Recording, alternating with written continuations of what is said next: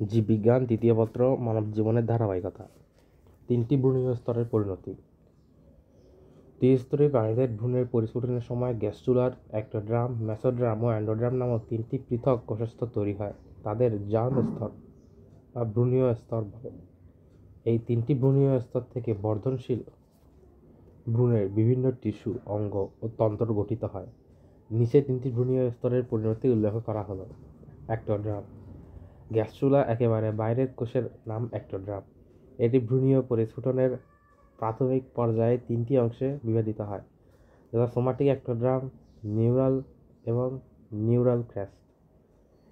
Somatic ectoderm থেকে পরে ত্বকের এপিডার্মিস, ত্বকোদ্বোধ গ্রন্থি, চুল ও নখ, চক্ষু ও তার লেন্স, কর্নিয়া ও আইরিশ, মধ্য পিটুইটারি, নাকের এপিথেলিয়াম, ঠোঁট ও মুখগহ্বরের আবরণ, জিহ্বার আবরণ, পায়ু অভ্যন্তরীণ আবরণ, কর্ণ কুহরের আবরণ, অন্তঃকর্ণ, লালা গ্রন্থি ও দাঁতের এনামেল ইত্যাদি উৎপত্তি হয়। নিউরাল নালী থেকে শিশুণ্ডকাণ্ড, মস্তিষ্ক, স্নায়ুতন্ত্র, পিটুইটারি, চোখের রেটিনা ইত্যাদি উদ্ভাবন হয়। নিউরাল ক্রেস্ট থেকে স্নায়ুগ্রন্থি, অ্যাডেনল মেডুলা ইত্যাদি বিকশিত হয়। মেসোডার্মের পরিণতি। গ্যাস্ট্রোডার্মের মধ্যস্থ স্তরগুলো হলো মেসোডার্ম। ভ্রূণ পরিস্ফুটনের প্রাথমিক 3টি অংশে বিভাজিত হয়, যথা এপিমিয়াম, মেসোমিয়াম, হাইপোমিয়াম। এই 3টি অংশ থেকে বিকাশমান ভ্রূণ সুনির্দিষ্ট অঙ্গ গঠিত হয়। এপিমিয়ামের কিছু অংশ মেসেনকাইম, ত্বকে, ডার্মিস ও কিছু অংশ মেরুদণ্ড সহ নটোকর্ড সমগ্র কঙ্কালতন্ত্র গঠন করে। এপিডার্মিসের বাকি অংশ মায়োটম গঠন করে, যা কঙ্কালপেশী বিকশিত হয়। মেসোমিয়া থেকে উৎপন্ন হয় রেচন ও জননাঙ্গ এবং তাদের নালীসমূহ। মেসোমিয়া থেকে উৎপন্ন রেচন ও জননাঙ্গ, শুক্রাশয়, ডিম্বাশয় তাদের নালীসমূহ। হাইপোমিয়ার হৃৎপিণ্ড, রক্তবাহিকা, লসিকাতন্ত্র, বৃক্ক, প্লীহা, পেরিটোনিয়াম, মেসেন্টেরিন, ভিসেরাল পেশি ও যোজক টিস্যু গঠন করে। এছাড়াও ইউস্টোচিয়ান নালী, অ্যাডেনাল কর্টেক্স, দাঁতের ডেন্টিন ইত্যাদি হাইপোমিয়া থেকে গঠিত হয়। এন্ডোডার্মের পরিণতি। গ্যাস্ট্রুলা অন্তঃস্থ কোষ হল এন্ডোডার্ম। এন্ডোডার্ম থেকে প্রথমে আদি অন্ত্র বা আর্কেন্টেরন গঠিত হয়। আর্কেন্টেরন থেকে পরে পৌষ্টিক যন্ত্রের বিভিন্ন অংশ, যেমন গলবিল, অন্ননালী, পাকস্থলী, অন্ত্র, যকৃত, অগ্ন্যাশয় ইত্যাদি উৎপত্তি হয়। এ সময় গলবিলের অঞ্চলে কতগুলো গুরুত্বপূর্ণ ঘটনা ঘটে। এর পার্শ্বদেশ থেকে কয়েক জোড়া ক্ষুদ্র থলিকা উদ্ভবের মাধ্যমে গঠিত হয় মধ্যকর্ণ, টনসিল, থাইমাস, থাইরয়েড ও প্যারেনথাইরয়েড গ্রন্থি। গলবিলের অঙ্কীয় দেশে একটি উপবৃদ্ধি থেকে ল্যারিংস, ট্রাকিয়া, ফুসফুসের সৃষ্টি হয়। এছাড়াও মূত্রথলি, জননগ্রন্থি, অগ্র পিটুইটারি ইত্যাদি এন্ডোডার্ম থেকে গঠিত হয়। নিচের ছকের আকারে 3টি গঠনের ভ্রূণের পরিণতি দেখানো হলো। 3টি ভ্রূণের স্তরের পরিণতি পূর্ণাঙ্গ প্রাণীদেহের যে অংশ গঠিত হয়: ত্বকের এপিডার্মাল ত্বক ও ত্বকীয় গ্রন্থি, চুল, নখ, খুর এ ধরনের শিং ও আইস, চোখে ও অন্তঃকর্ণ, পায়ুর আবরণ, দাঁতের আমেল, মৌখিক গহ্বর, সমগ্র স্নায়ুতন্ত্র ও পেশি, এগুলো সবই হলো এক্টোডার্ম। মেসোডার্ম। অধিকাংশ পেশি, মেদ টিস্যু ও অন্যান্য যোজক টিস্যু, ডার্মিস, কয়েক ধরনের আইস, শিং ও দাঁতের ডেন্টিন, কঙ্কালতন্ত্র, রক্ত সংবহন ও লসিকাতন্ত্র, জননতন্ত্রের অধিকাংশ, পৌষ্টিক নালীর বহিঃস্তর, পৌষ্টিক নালীর অন্তঃস্তর, পাকস্থলী ও অন্ত্রের গ্রন্থিসমূহ, শ্বসনতন্ত্র, থাইরয়েড গ্রন্থি, যকৃত ও অগ্ন্যাশয়, মধ্যকর্ণের আবরণ ও রেচন জননাঙ্গের কিছু অংশ। 7. ভ্রূণ ও ফিটাসের বিকাশ। Development of embryo and foetus. মায়ের জরায়ুতে ভ্রূণ সংস্থাপন হওয়ার পর থেকে গর্ভকালীন 8ম সপ্তাহ ভ্রূণকে ভ্রূণ এবং এর পর থেকে ভূমিষ্ঠ হওয়া পর্যন্ত শিশুকে ফিটাস বলা হয়। গর্ভকালে শিশু প্রায় 9 মাস 36 থেকে 40 সপ্তাহ থাকে এবং ধারাবাহিকভাবে বিকশিত হয়।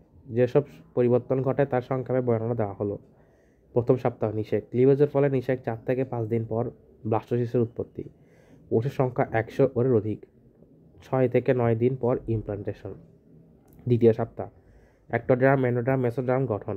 এ পর্যায়ের পর মানব ভ্রূণ নিয়ে গবেষণা নিষিদ্ধ। তৃতীয় সপ্তাহ। গর্ভবতীর মাসিক বন্ধ। গর্ভাবস্থায় এটিই প্রথম লক্ষণ। মেরুদণ্ড, মস্তিষ্ক, সুষুম্নাকাণ্ড ইত্যাদি শুরু, ভ্রূণ প্রায় 3 মিলিমিটার। তৃতীয় সপ্তাহ এবং এরপরে চতুর্থ সপ্তাহ। চতুর্থ সপ্তাহে হৃৎপিণ্ড, রক্তনালী, রক্ত অন্ত্রের উৎপত্তি হয়। অ্যাম্বিলিক্যাল কর্ড বৃদ্ধিরত হয়, প্রায় 5 মিলিমিটার হয় ভ্রূণ। পঞ্চম সপ্তাহ মস্তিষ্কে বৃদ্ধিরত পথকুড়ি, লিম্বার্ড এর উৎপত্তি এবং হাত ও পা তৈরি করে। ষষ্ঠ সপ্তাহ চোখ ও কান গঠনের সূত্রপাত। সপ্তম সপ্তাহ মুখমণ্ডল তৈরি হয়, চোখের রং দেখা যায়। 12তম সপ্তাহ সকল অঙ্গ, পেশি ও পায়ের আঙ্গুলসমূহ ভ্রূণে পরিণত হয়, জননাঙ্গ গঠিত হয়, অমরাও গঠিত হয়। 20তম সপ্তাহ ভ্রূ ও অক্ষিগোলক, চোখের পাতা, লোমসহ লোমের উৎপত্তি, হাতের আঙুলের রেখার বিকাশ। 24 সপ্তাহ চোখের পাতা খুলতে পারে। 25তম সপ্তাহ অপ্রাপ্তবয়স্ক জন্ম হলে বেঁচে থাকার যথেষ্ট সম্ভাবনা থাকে। 28 সপ্তাহ বলিষ্ঠভাবে নড়াচড়া সক্ষম, স্পর্শ ও অতিশব্দ অনুভব করে এবং মূত্র ত্যাগ করে। 30তম সপ্তাহ মাথা নিচের দিকে জন্মের জন্য প্রস্তুত। 28তম সপ্তাহ সাধারণত 9 মাসে শিশু জন্মগ্রহণ করে। শিশু প্রসব। নিষেকের 9 থেকে 10 সপ্তাহের মধ্যে তার বাহ্যিকভাবে ভ্রূণকে মানুষ হিসেবে শনাক্ত করা যায়। ভ্রূণের এই অবস্থাকে ফিটাস বলে। ফিটাস, জরায়ুর ফিটাস প্রায় 38 সপ্তাহ অবস্থান করে। এই সময় গর্ভধারণকাল পিরিয়ড বলে। গর্ভধারণকালের প্রায় 12 সপ্তাহের মধ্যে প্রকৃতপক্ষে প্রধান অঙ্গসমূহ অধিকাংশ তৈরি হয়। শিশু প্রসবের সম্ভাব্য তারিখ নির্ধারণের জন্য 28 সপ্তাহ পর 2 সপ্তাহ যোগ করে, অর্থাৎ পরিশেষের চক্রের প্রথম দিনের সাথে 40 সপ্তাহ যোগ করে সম্ভাব্য দিন, expanded date of delivery EDD নির্ধারণ করা হয়। তবে প্রসবের 5 দিন পূর্বে বা পরে হতে পারে। মানুষের গর্ভাবস্থা কাল 38 থেকে 40 সপ্তাহ। গর্ভাবস্থা 12তম সপ্তাহে আমরা নিষ্কাশিত প্রজেস্টেরন হরমোনের প্রভাবে জরায়ু সংকোচন বন্ধ থাকে। গর্ভাবস্থায় রক্তে প্রজেস্টেরনের মাত্রা বাড়তে থাকে। 38তম সপ্তাহে প্রজেস্টেরনের মাত্রা হঠাৎ করেই কমে যায়, ফলে জরায়ু সংকোচন প্রতিবন্ধকতা দূর হয়। একই সাথে মাতার পশ্চাৎপিঠের গ্রন্থি থেকে অক্সিটোসিন ও প্লাসেন্টা নামক প্লাস্টাগার্ডিন হরমোন শুরু হয়। 40তম সপ্তাহে জরায়ু সংকোচন ঘটে। সংকোচনের ফলে শিশু জরায়ু থেকে বাইরে নিষ্কাশিত হতে পারে। এই প্রক্রিয়া 3টি ধাপে সংঘটিত হয়, যথা জরায়ুর মুখ ক্র্যাভিক্স 10 সেন্টিমিটার পর্যন্ত প্রসারিত হলে, ফিটাস থেকে বাইরে বেরিয়ে আসলে এবং অমরা ও নাভিরজ্জু অ্যাম্বিলিকাল কর্ড ফিটাস থেকে অমরা পর্যন্ত অ্যাম্বিলিকাল ধমনী ও শিরা বহনকারী অঙ্গকে নাভিরজ্জু বলে, জরায়ুর অভ্যন্তর থেকে বাইরে নিক্ষিপ্ত হয়। যমজ শিশু টুইন বেবিস কখনো একসাথে 2টি বা তার বেশি শিশু জন্মগ্রহণ করে, এদের যমজ শিশু বলে। যমজ 2 ধরনের, যথা অভিন্ন ও ভিন্ন। অভিন্ন যমজ 2টি জাইগোট প্রথম বিভাজনের সময় 2টি পৃথক কোষে পরিণত হলে পরবর্তীতে উক্ত 2টি কোষ থেকে শিশুর জন্ম হয়। এরা একই লিঙ্গ বিশিষ্ট হয়, 2টি ছেলে বা 2টি মেয়ে এবং উত্তরাধিকার সূত্রে একই বৈশিষ্ট্যাবলী এবং চেহারা প্রায় একরকম হয়। ভিন্ন যমজ 2টি পৃথক ডিম্বাণু নিষিক্ত হয়ে জাইগোট উৎপন্ন হলে এই 2টি জাইগোট থেকে 2টি শিশুর জন্ম হয়। এরা একই লিঙ্গের বা ভিন্ন লিঙ্গের হতে পারে। গর্ভাবস্থা ও পরিচর্যা। চিকিৎসা সংক্রান্ত পরিচর্যা। এক্ষেত্রে গর্ভাবস্থার শুরুতে মাকে চিকিৎসক নিয়ে পরীক্ষা করানো, তার পরামর্শ করা দরকার। ওয়ার্ল্ড হেলথ অর্গানাইজেশন অনুসারে গর্ভাবস্থা কমপক্ষে 4টি ডাক্তার ভিজিট জরুরি। সেগুলি হলো 0 থেকে 16তম সপ্তাহে একটি, 24 থেকে 28তম সপ্তাহে একটি, 32 সপ্তাহে একটি, 36 সপ্তাহে একটি। 36 সপ্তাহের পর অর্থাৎ 37 সপ্তাহ থেকে প্রসব না হওয়া পর্যন্ত প্রতি সপ্তাহে একবার ডাক্তারি পরীক্ষা করা উচিত। প্রথম পরীক্ষার সময় রক্ত ও প্রস্রাব পরীক্ষা করতে হবে এবং সময় রক্তের গ্রুপ, যৌন রোগ, রক্তে শর্করার পরিমাণ, হিমোগ্লোবিন এর পরিমাণ, জন্ডিস ইত্যাদি পরীক্ষা করতে হবে। গর্ভাবস্থা অন্যান্য পালনীয় বিষয়। খাদ্য। গর্ভবতী মায়ের ওপরই পুষ্টি নির্ভর করে শিশুর বৃদ্ধি, বিকাশ ও ভবিষ্যৎ জীবন ভালো থাকে। তাই সুষম খাদ্য, সঠিক পরিমাণে আহারের প্রয়োজন। গর্ভাবস্থায় সুষম আহার বলতে বোঝে চিকিৎসকের পরামর্শ অনুযায়ী বেশি পরিমাণ প্রোটিন, সঠিক পরিমাণ আহার, কম পরিমাণ চর্বি জাতীয় খাদ্যের ও লৌহ, ক্যালসিয়াম, ভিটামিন, অন্যান্য পদার্থ, zinc sulphide, calcium, potassium, selenium প্রভৃতি। সম্ভব হলে দিনে 1 লিটার দুধ, 1 বা 2 লিটার মাংস, 1 বা 2 টুকরা মাংস, 1টি ডিম, 1টি বা 2টি ঋতুকালীন ফল, টাটকা শাকসবজি, ডাল ও ভাত ভরা পেটে খাওয়া উচিত। নিরামিষাশীদের দুধের পরিমাণ বাড়াতে হবে। এছাড়া অঙ্কুরিত ছোলা খাদ্য তালিকায় যোগ করা উচিত। প্রতিদিন 6 থেকে 8 গ্লাস ফোটানো পানি খাওয়া প্রয়োজন। কোষ্ঠকাঠিন্য, ঘরোয়া অবস্থায় কোষ্ঠকাঠিন্যের প্রবণতা থাকে, এর সমাধান কল্পে বেশি পরিমাণ শাকসবজি খাওয়া দরকার। তাছাড়াও শুকনো খেজুর ও বিট খাবার তালিকায় রাখা উচিত। দাঁত, ঘরোয়া অবস্থায় দাঁতের মাড়ি থেকে রক্তকণের সম্ভাবনা থাকে, তাই দাঁত না তোলাই ভালো। বিশ্রাম, ঘরোয়া অবস্থায় নিয়মিত বিশ্রামের দরকার। দুপুরে 2 ঘন্টা, রাতে 8 ঘন্টা বিশ্রাম নেওয়া উচিত। এ সময় বাঁ পাশ কাত করে শোয়া উচিত, এতে শিশুর বিকাশ স্বাভাবিক হয়। কাজকর্ম, স্বাভাবিক কাজকর্মে বাধা নেই, তবে ভারী কাজকর্ম না করা একেবারে উচিত নয়। গোসল, রোজ গোসল করে শরীর পরিষ্কার পরিচ্ছন্ন রাখতে হবে। গোসল করার সময় যেন পিছলে না পড়ে সেদিকে সতর্ক থাকতে হবে। কাপড় ঢালা নানা কাপড় পরা উচিত। বাংলাদেশের মতো গ্রীষ্মপ্রধান দেশে আবহাওয়ার সঙ্গে খাপ খাপিয়ে সুতির কাপড় পরা স্বাস্থ্যসম্মত। ভ্রমণ, ঝুঁকিযুক্ত ক্লান্তিকর ভ্রমণ গর্ভাবস্থা প্রথম 3 মাস ও শেষ 2 মাস না করাই ভালো।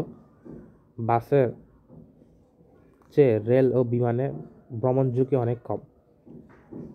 ধূমপান ও মদ্যপান, গর্ভাবস্থায় ধূমপান ও মদ্যপান অনুচিত, তা না হলে কম ওজনের কিংবা বিকলাঙ্গ শিশু জন্ম হতে পারে। যৌন মিলন, গর্ভের প্রথম 3 মাস ও শেষ 3 মাস যৌন মিলন থেকে বিরত থাকা উচিত, এতে গর্ভপাত, অকাল প্রসব ও সংক্রমণের সম্ভাবনা থাকে। গর্ভনিরোধ পদ্ধতি ও পরিবার পরিকল্পনা, birth control methods and family planning.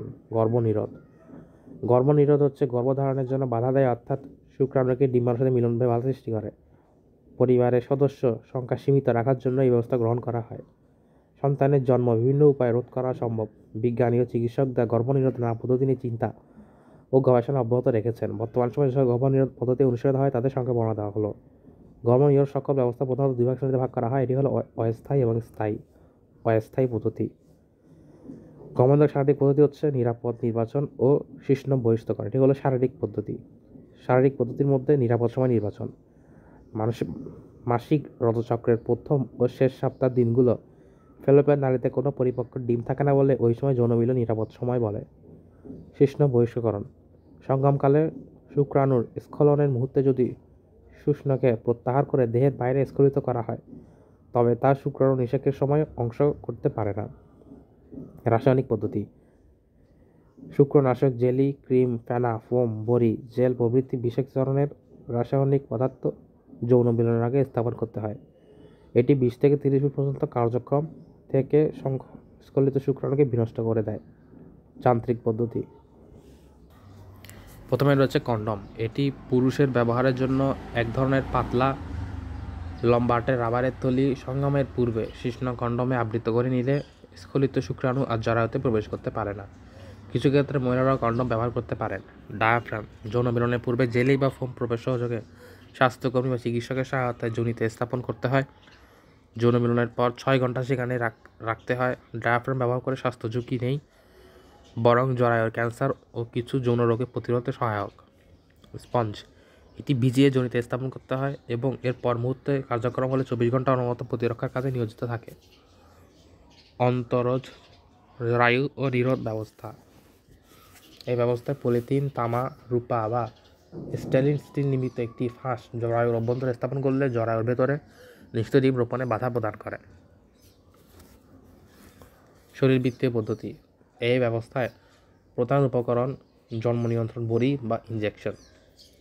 জন্ম নিয়ন্ত্রণ বড়ি, এটি বিভিন্ন অনুপাতে এস্ট্রোজেন ও প্রজেস্টেরন মিশ্রণে তৈরি ও মুখে গ্রহণযোগ্য বড়ি। ঋতুচক্রের 5 থেকে 25তম দিন পর্যন্ত প্রতিদিন একটি করে বড়ি গ্রহণ করতে হয়। এগুলো মস্তিষ্কের হাইপোথ্যালামাসের ওপর কাজ করে ডিম্বাণুতে বাধা দেয় ও জরায়ু কণ্ঠের মিউকাস ঝিল্লিতে শুক্রাণু প্রবেশের বিরোধী করে তোলে। এটি বহুল প্রচলিত জন্মদান পদ্ধতি, কিন্তু অনেক নারী সাময়িক বমি ভাব, ফোঁটা ফোঁটা স্রাব, উচ্চ রক্তচাপ ইত্যাদির মতো উপসর্গ দেখা দিতে পারে। ইনজেকশন, বেশ কয়েক মাস যাতে গর্ভধারণের ঝুঁকি নিরাপদে এড়ানো যায় তাই ইদানিং এক ধরনের ইনজেকশন আবিষ্কৃত হয়েছে। অনেক পার্শ্ব প্রতিক্রিয়া থাকায় এই গুণগত মান উন্নত চেষ্টা চলছে। গর্ভপাত, অস্ত্রোপচারের সাহায্যে 2 থেকে 3 মাস বয়সী ভ্রূণকে বিচ্যুত করিয়ে দেওয়ায় জন্ম নিয়ন্ত্রণ করা যায়। স্থায়ী পদ্ধতি, জন্ম নিরোধের জন্য স্থায়ী পদ্ধতি অবলম্বন করা আগে বন্ধ্যাকরণ বলে স্টেরিলাইজেশন। এই দুটি পদ্ধতি 2 ধরনের, এক ভেসেক্টমি। এই পদ্ধতিতে পুরুষের ক্ষেত্রে উভয় দিকে শুক্রাণু অংশকে কেটে বাধা দেয় যাতে শুক্রাণু বাইরে আসতে না পারে। আর টিউবেক্টমি, এই পদ্ধতিতে মহিলাদের ক্ষেত্রে উভয় দিকে ফ্যালোপিয়ান নালী অংশ কেটে দেয় যাতে শুক্রাণু প্রবেশ পথ রুদ্ধ হয়ে যায়। অধিক সন্তানবতী বা যারা একেবারেই আর সন্তান চান না, গর্ভধারণের জন্য শারীরিকভাবে অসুস্থ, তাদের জন্য এই পদ্ধতি করা প্রয়োজন। পরিবার পরিকল্পনা। ক্রমবর্ধমান জনসংখ্যা হাসনার কারণে ভয়াবহ অনুভূত হচ্ছে, তাই সারা বিশ্বে প্রত্যেক দেশে জনসংখ্যা নিয়ন্ত্রণে ক্রমাগত জোরদার করে আয়ত্তে আনার চেষ্টা চলছে। জনসংখ্যা বৃদ্ধির ফলে উদ্ভূত সমস্যাগুলো চিহ্নিত করতে পারলে আমরা পরিবার পরিকল্পনা সহজেই বুঝতে পারবো।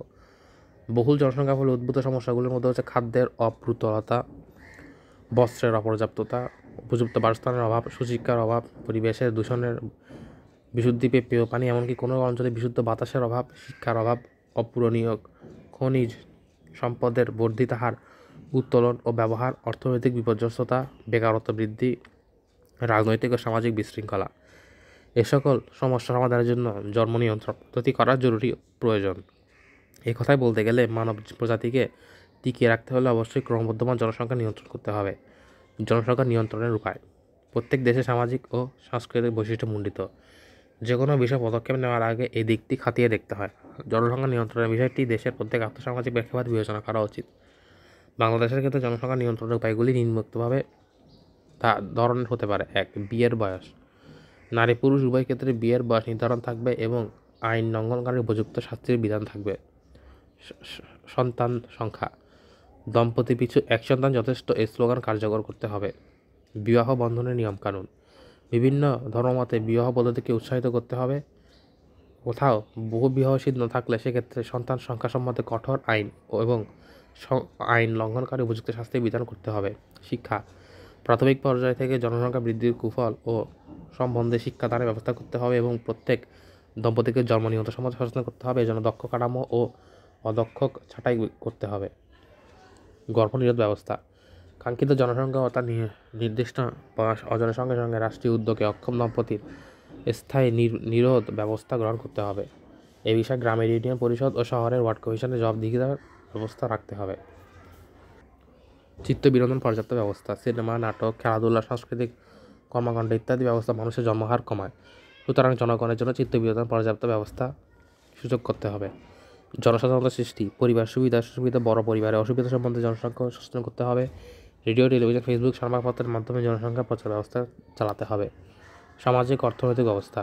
নির্ধারিত সময়ের পর বিয়ে, এক সন্তান, 2 সন্তান বিশিষ্ট পরিবারকে পড়াশোনা, ভ্রমণ ও চাকরির বিশেষ সুবিধা প্রদান করতে হবে। আইভিএফ পদ্ধতি। কৃত্রিম গর্ভধারণ। সাধারণত নারী দেহের অভ্যন্তরে শিশু ও ভ্রূণের নিউক্লিয়াস একই ভবনের মধ্যে নিষেক সম্পন্ন হয়। নিষিদ্ধ ডিম্বাণু গর্ভাশয়ের প্রাচীরে সংস্থাপিত হয়ে প্রায় 9 মাস পর পরিস্ফুটন একটি সন্তানে ভূমিষ্ঠ হয়।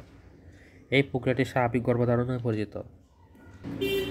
ডিম্বক নালী বন্ধ হয়ে গেলে, ক্ষত হলে বা অ্যান্ড্রোমেট্রিওসিস ছাড়া পুরুষের ক্ষেত্রে শুক্রাণু সংখ্যা কম হলে বা অস্বাভাবিক গড়নের শুক্রাণু হলে অথবা নারী ও পুরুষ উভয়ের ক্ষেত্রে শুক্রাণুর বিরুদ্ধে অ্যান্টিবডি উৎপন্ন হলে, নারীতে ডিম্বপাত না হলে আইভিএফ গুরুত্বের সঙ্গে বিবেচনা করা হয়। তখন দেহের বাইরে গবেষণাগারে কাঁচ পাত্রে শুক্রাণু ও ডিম্বাণুর মিলন ঘটিয়ে নিষিক্ত ডিম্বাণু জরায়ুতে স্থাপন করে গর্ভধারণের ব্যবস্থা করা হয়। এই প্রক্রিয়ার নাম ইনভিট্রো নিষেক। সংক্ষেপে আইভিএফ পরিচিতি। ইনভিট্রো একটি ল্যাটিন শব্দ, এর অর্থ হচ্ছে কাচের ভিতরে, উইদিন গ্লাস। প্রক্রিয়াটি টেস্ট টিউব পদ্ধতি এবং ভূমিষ্ঠ শিশু টেস্ট টিউব বেবি নামে সাধারণত পরিচিত। 1978 সালে 25 জুলাই লন্ডনের ওল্ড হোমে জেনারেল হাসপাতালে প্যাট্রিক স্টেপটো ও রবার্ট জি ওয়ার্ডস নামে তত্ত্বাবধানে জন্ম নেয় বিশ্বের প্রথম test tube baby Louise Brown নামে কন্যা শিশু। বন্ধ্যত্ব চিকিৎসায় ও অন্যান্য অবদানের জন্য রবার্ট আইভিএফের জনক 2010 সালে নোবেল পুরস্কার প্রদান করা হয়। বাংলাদেশের প্রথম টেস্ট বেবি জন্ম হয় 2001 সালে। আইভিএফ পদ্ধতির ধাপসমূহ। আইভিএফ পদ্ধতি ছাড়া আর কোনো উপায়ে গর্ভধারণ সম্ভব নিশ্চিত হলে সে দম্পতি প্রশিক্ষিত আধুনিক হাসপাতালে বা ক্লিনিকে গিয়ে চিকিৎসা করতে পারে। সব চিকিৎসক কেন্দ্রে প্রায় একই ধরনের চিকিৎসা সম্পন্ন হয়ে থাকে, কিন্তু ধাপগুলো সম্বন্ধে সংক্ষেপে বর্ণনা দেওয়া হলো। স্বাভাবিক রজঃচক্র দমন। আইভিএফের প্রথম ধাপে স্ত্রী স্বাভাবিক রজঃচক্র দমিয়ে রাখতে একটি ওষুধ প্রয়োগ করতে হয়। ওষুধটি ইঞ্জেকশন হিসেবে কিংবা নাকের ভেতরে স্প্রে করে দেওয়া হয়। ডিম্বাণুর সংখ্যা বৃদ্ধি। নারী দেহে প্রতি মাসে একটি ডিম্বাণু পরিণত হয়, কিন্তু কৃত্রিম গর্ভধারণের ক্ষেত্রে একাধিক ডিম্বাণুর প্রয়োজন হয়, কারণ একটি মাত্র ডিম্বাণু দিয়ে পূর্ণ চিকিৎসা করার ঝুঁকি সম্পন্ন নেওয়া ঠিক নয়। এ কারণে ডিম্বাণু উৎপাদন বাড়াতে FSH হরমোন ইনজেকশনের প্রয়োগ করা হয়। এর উদ্দেশ্য হচ্ছে বেশি ডিম্বাণু উৎপাদিত হলে বেশি ডিম্বাণুযুক্ত করে যাচাই বাছাই সুবিধা হবে। এভাবে ডিম্বাশয়কে বেশি ডিম্বাণু উৎপাদন উদ্দীপ্ত করা হয়। অগ্রগতি পরীক্ষা। ডিম্বাণু উৎপাদ বৃদ্ধির জন্য দ্বিতীয় ধাপে প্রয়োগিত হরমোনের ফলাফল পরীক্ষা করা তৃতীয় ধাপে। এজন্য আল্ট্রাসাউন্ড স্ক্যান ও হরমোনের মাত্রা যাচাইয়ের জন্য মূত্র ও রক্ত পরীক্ষা করা হয়। ডিম্বাণু সংগ্রহ। ডিম্বক সংগ্রহের 34 থেকে 38 ঘন্টার মধ্যে ডিম্বাণু পরিপক্কতায় সাহায্য করতে আরেকবার হরমোন ইনজেকশন দেওয়া হয়। ডিম্বাণু চোষক প্রক্রিয়া। নারী দেহে ডিম্বাণু থেকে বিশেষ যন্ত্রের মাধ্যমে পরিপক্ক ডিম্বাণু গ্রহণ করা হয়। এর আগে অবশ্য ব্যথানাশক ওষুধ প্রয়োগ করা হয়। আল্ট্রাসাউন্ডের ছবি সূত্র ধরে যোনিপথে একটি সূক্ষ্ম ফাঁপা সূচ প্রবেশ করিয়ে ডিম্বাশয় ও ফলিকলের আবৃত ডিম্বাশয়ের কাছে নিয়ে যাওয়া হয়।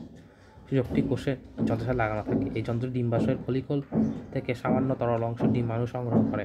এভাবে একটি সুস্থ ও পরিপক্ক ডিম্বাণু সংগৃহীত হয়। এটি ডিম্বাণু সংগ্রহের পর সেটি নির্ধারিত পাত্রে রেখে আবার একটি ডিম্বাণু সংগ্রহ করা হয়। প্রত্যেক ডিম্বাণু থেকে পর্যাপ্ত পরিপক্ক ডিম্বাণু সংগ্রহ করে এরপর নিষেকের পূর্ব পর্যন্ত পরিবেশ বান্ধব নিয়ন্ত্রিত তাপমাত্রায় নারী দেহের প্রধান তাপমাত্রা সংরক্ষিত থাকে। শুক্রাণু সংগ্রহ। নারীর ডিম্বাণু সংগ্রহের সময়কালে পুরুষ সঙ্গীকে শুক্রাণু দানের জন্য আহ্বান জানানো হয়। শুক্রাণু সংগ্রহের কিছু সময়ের পর কালচার মিডিয়ামে জমা রাখা হয়। পরে তা বিশেষ প্রক্রিয়ায় বীর্যরস পরিষ্কার করে দ্রুত গতিতে ঘূর্ণনের মাধ্যমে শুক্রাণু ও সুস্থ ও সক্রিয় শুক্রাণু নির্বাচন করা হয়। ডিম্বাণু নিষিক্তকরণ। গবেষণাগারে ইনকিউবেটরে রাখা সর্বোচ্চ গুণগত মানের শুক্রাণু ও ডিম্বাণুকে নিষেকের জন্য একসঙ্গে 16 থেকে 20 ঘন্টা পেট্রি ডিশ ও কাঁচ টিউবে রেখে দেওয়া হয়। প্রত্যেক ডিম্বাণুর জন্য প্রায় 1 লক্ষ শুক্রাণুর ব্যবস্থা রাখা হয়। এরপর পরীক্ষা করে দেখা হয় ও ডিম্বাণু নিষিক্ত হয়েছে কিনা। নির্ধারিত সময় পর যদি নিষেক ঘটে তখন বিশেষ যন্ত্রের সাহায্যে একটি ডিম্বাণুর ভেতরে একটি শুক্রাণু প্রবেশ করিয়ে নিষেকের ব্যবস্থা গ্রহণ করা হয়। এই প্রক্রিয়াকে অন্তঃসাইটোপ্লাজমিক শুক্রাণু ইনজেকশন বলে। নিষেক ঘটেছে এবং ক্লিভেজ শুরু হয়েছে এমন ব্যবস্থা দেখা দিলে নিষেক ভ্রূণ স্থানান্তর। নিষিক্ত ডিম্বাণু সংগ্রহে 1 থেকে 6 দিনের মধ্যে, সাধারণত 2 থেকে 3 দিনের মধ্যে নারী দেহে জরায়ু স্থাপন করা হয়। এ সময় ভিতরে ডিম্বাণু 2 থেকে 4টি ব্লাস্টোমিয়ার বিশিষ্ট ভ্রূণের রূপ নেয়। এটি সুস্থ, ক্রিয়াশীল ও বিভাজন ভ্রূণকে ক্যাথেটারের সাহায্যে আল্ট্রাসাউন্ডের প্রতিচ্ছবি দেহে গর্ভাশয়ের ভেতরে স্থাপন করা হয়। এটি একটি ব্যথাহীন প্রক্রিয়া, তবে কেউ পেশিতে সামান্য খিল ধারায় আক্রান্ত হতে পারেন। ভ্রূণ যদি জরায়ু অর্থাৎ গর্ভাশয়ে স্থাপিত হয় তাহলে গর্ভসঞ্চার হয়েছে বলে মনে করা হয়। এরূপ 10 মিনিট থেকে 4 ঘন্টার মধ্যে গর্ভবতীর বাসা চলে যেতে পারেন। এটি একাধিক ভ্রূণ গর্ভাশয়ে স্থাপন করতে পারে। এক্ষেত্রে স্বাস্থ্যগত ব্যবস্থা, বয়স প্রভৃতি বিশেষ বিবেচনা নিতে হয়। অনেক একটি ভ্রূণ স্থাপিত হওয়ার পর বাকি ভ্রূণগুলো গবেষণায় ভবিষ্যতে স্থাপনের জন্য বা অন্য কাউকে দান করার জন্য গবেষণায় বিশেষ প্রক্রিয়ায় জমা রাখেন। স্থাপনের পরবর্তী সময়কালটি নির্দিষ্ট নজরদারির মধ্যে থাকতে হয়, কারণ IVF পদ্ধতি জীবিত সন্তানের জন্মহার খুব বেশি নয়। পদ্ধতি সার্বিক গণনাকে নিচে দেখানো হলো।